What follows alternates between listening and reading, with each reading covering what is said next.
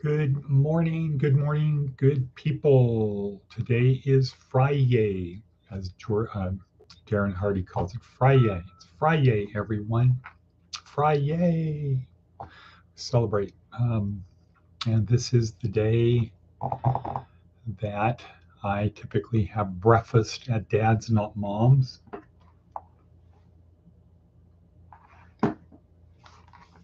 Dad's, not Mom's, to meet with the guys' plan, etc., and then lunch. As we always want to say, good morning, Miss Trinkle, wherever you are.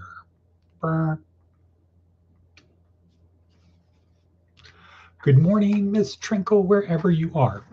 Okay, so 9 o'clock, dads, not moms. No, 9:15 probably. Dads, not moms.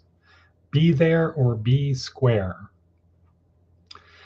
And it could be the case that next Friday will be on location in San Diego, Four Seasons Resort. What? Yeah. Okay.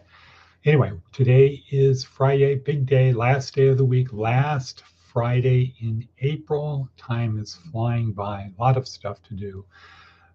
Here we are at Department of Career Services, where our goal is to help you experience this life. Boom.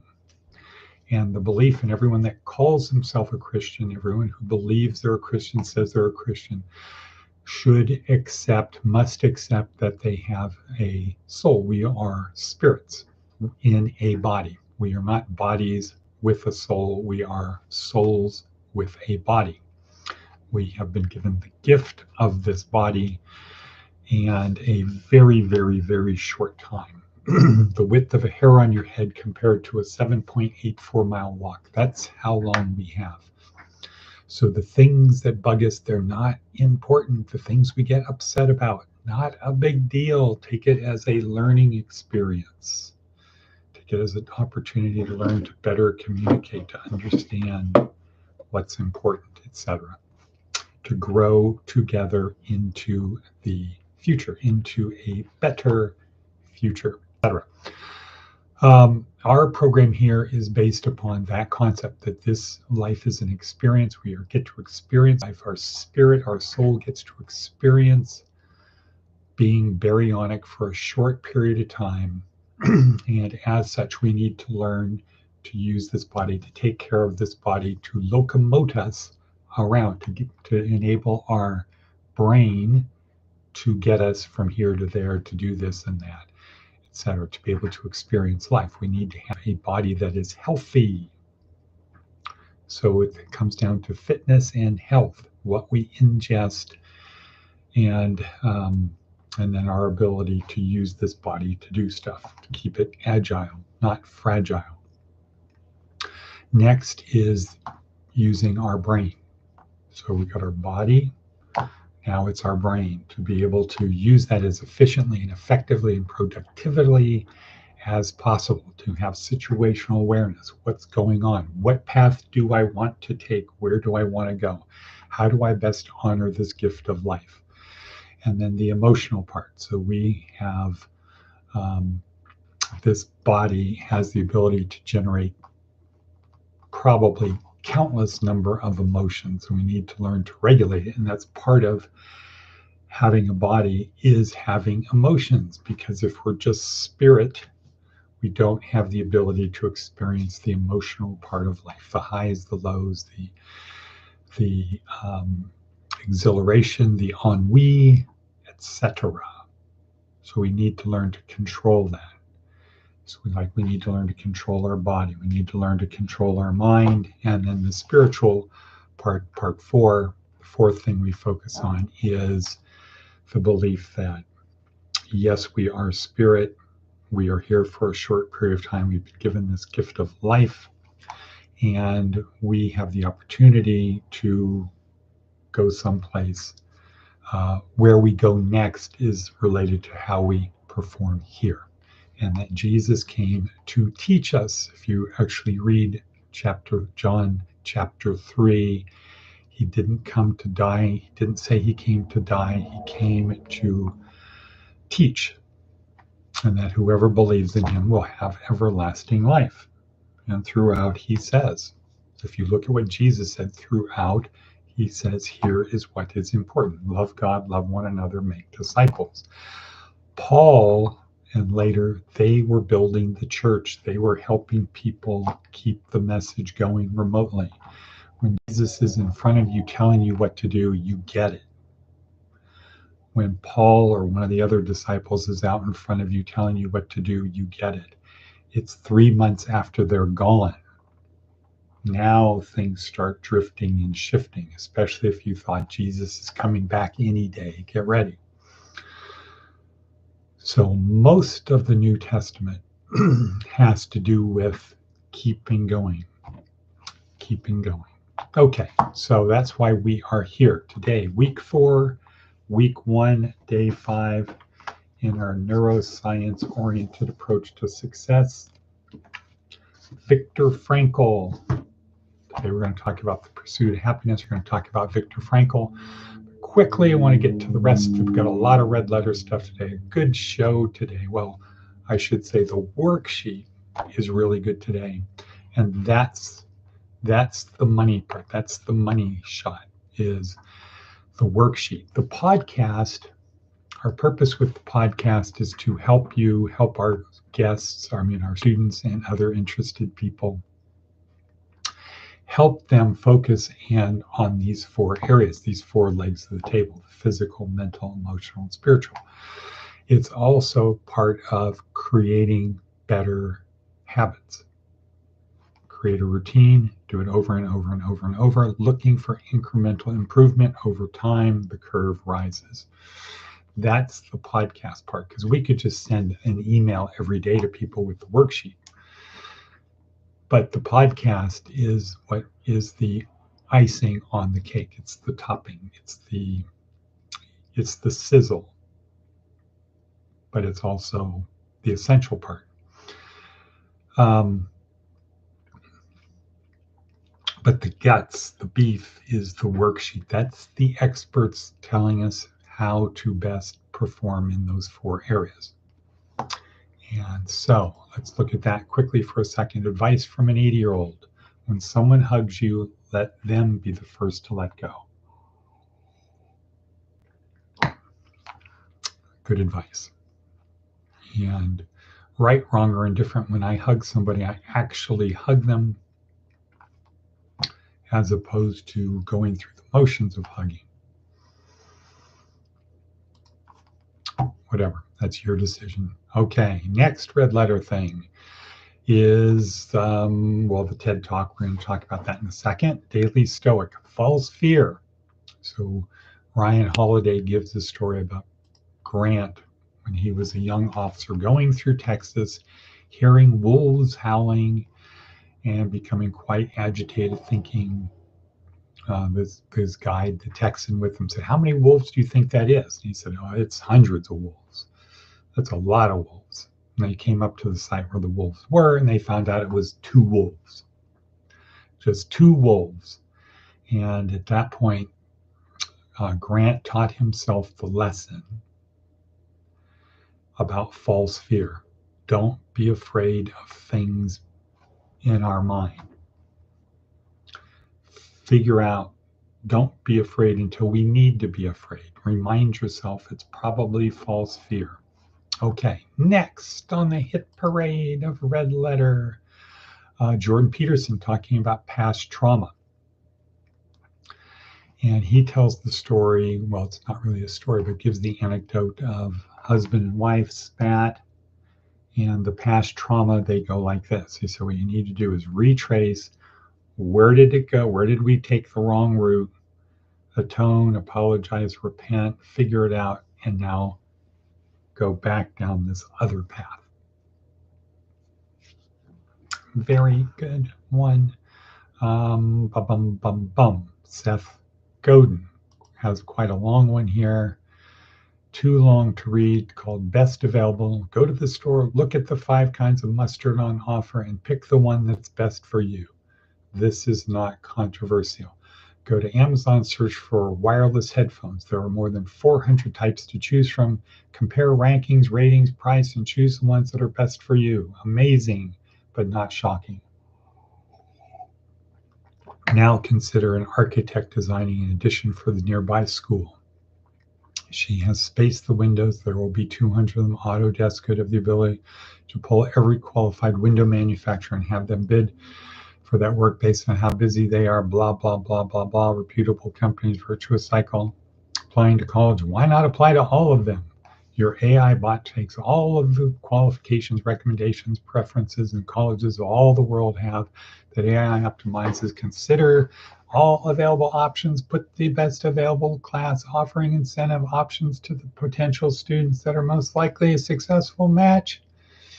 Okay, and he gives another example of jobs. One more. We know a lot about real estate agent performance. We can see how long their houses have been on the market, how likely they are to sell. We can measure this, but have every broker instead of closing them. More market information, it's not always a good thing. It can cause gaps, unfair access, and dislocations. But more market information has been on an inevitable one-way road for generations, and it's unlikely to go away. Okay, so here we're getting to the point. And we should be prepared for asymmetrical competition.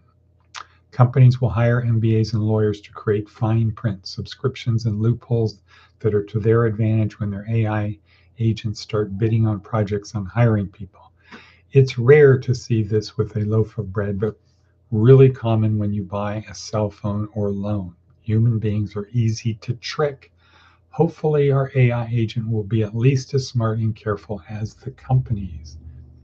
The thing about wasted slack is that we don't notice it until we imagine there's a productive way for it to disappear. Okay, so I guess Seth is talking about using AI to protect you, to help you find things and protect you. Okay, cool. All righty now. So now we're down to the steak. We've eaten all the side dishes. And we're talking about Viktor Frankl, today's TED Talk, Man's Search for Meaning. Good morning, Matticus von Atticus. How was day one? How was night one at Pratt? You need to keep the place clean. I would suggest you do what Sophie did when she was in China.